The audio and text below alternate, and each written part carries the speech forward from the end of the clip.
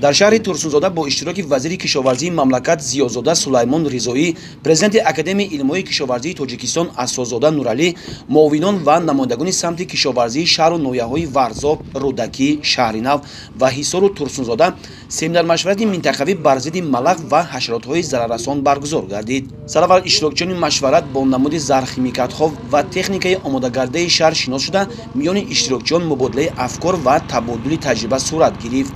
Нахуст вазири кишоварзии мамлакат иброз дошт ки рушди соҳаи кишоварзӣ аз самтҳои афзалатноки ҳукумати ҷумҳурии Тоҷикистон буда, яке аз омилҳои баландбардоштани ҳосилнокии зироати кишоварзӣ пешгирии саривақтӣ аз ҳар гуна касаливу ҳашароти зараррасон, хусусан малах мебошад. дар ин самт вусъати корҳо аз ҷониби тамоми шаҳру навоии тобеи марказ бояд дастаҷамона амалӣ гардад.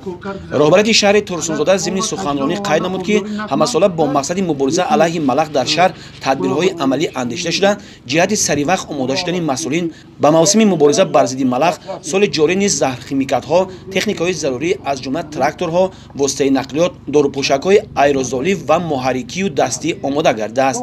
ходими илмии институти боғпарварӣ ва сабзавоткории академияи илмҳои кишоварзии Тоҷикистон оид ба пайдоиш, мушоҳида, паҳншавӣ, таҳдиди малахҳо ва пешгӯии онҳо дар шаҳру ноҳияҳои ҷумҳурӣ ба ҳозирин оид ба пайдошавӣ ва чӣ гуна несту нобуд кардани малахҳо маълумот дод.